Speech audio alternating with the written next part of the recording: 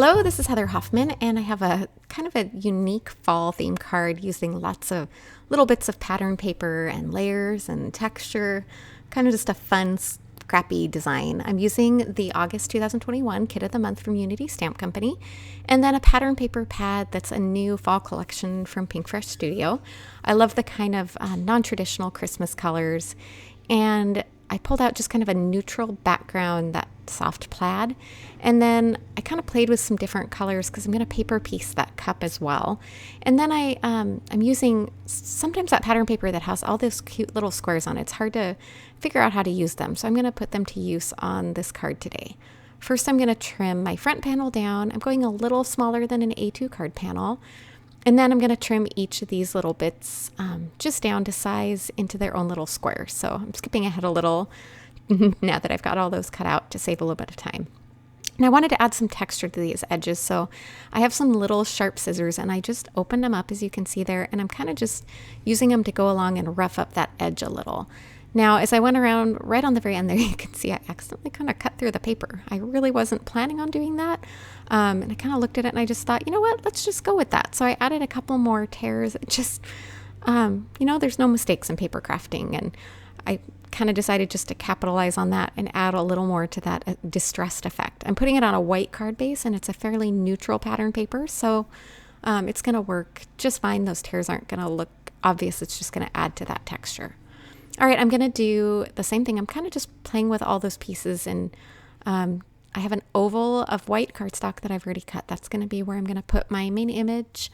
So I'm going to do the same thing and just distress all the edges of these little squares that I end up choosing. So I distressed a bunch of them, and then I kind of started playing with them to decide which ones I wanted to use.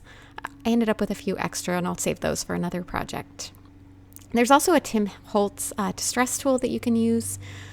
Or any kind of just a blade, just scissors or something everyone has in their stash, and it's nice and easy to go ahead and use those. So, all right, now I've kind of got a layout sort of in mind there. I'm going to move over and stamp my image onto my white cardstock oval there. I'm using the grid on my MISTI just to make sure I have it square since I've got my oval straight on there. I'm going to stamp it just plain and simple in black ink, and then grab that pattern paper I chose. I trimmed down a little square of it. And I'm going to stamp it so that part of those leaves kind of show up in the corner of the design there. I just thought it would be fun to kind of make use of a little bit of the pattern paper, but keep it kind of simple and neutral at the same time. All right, I'm going to use my scissors to cut around. You might notice I'm cutting off that top part and then just finishing cutting around. And then I'm going to glue that, basically paper piece it over the top there. And that's going to add just color to my cup image. I don't have to color it with Copics or anything. You could instead, but since I was using pattern paper, I just decided to really roll with the pattern paper. All right, there's a couple little details on the cup that I wanted to make stand out a little bit more. So I'm using a white gel pen. I like to just keep a Post-it note there, and when it kind of jams up a little bit, you can just kind of scribble to get the ink flowing again. I also used a Copic along that very top edge just to complete that look. And then I'm going to add some little tiny gold pearls on those scallops at the top of the cup. Again, nothing that you need to do. I just liked that added texture. And then I grabbed a sentiment that I just heat embossed from the kit again in white on some black cardstock.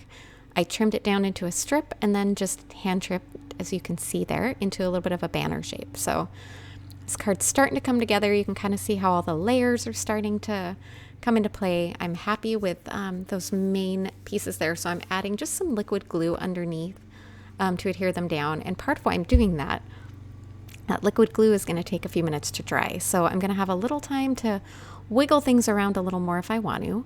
I went ahead and added some distressing to the edge of that oval and then adhered that down with foam. And then I also am going to distress the edges of that sentiment, and I'm tucking a little more of something in there. That was one of the squares I hadn't distressed, so I'm going to distress that and then also do glue that down.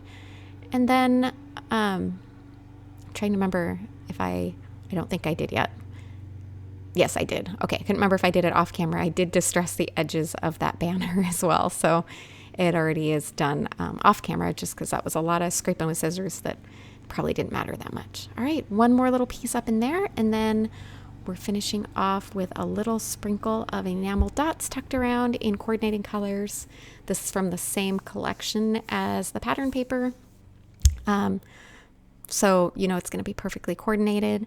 You could also use any kind of jewels or sequins or anything just to add a little interest. I just thought the perfectly coordinated enamel dots were the perfect finishing touch.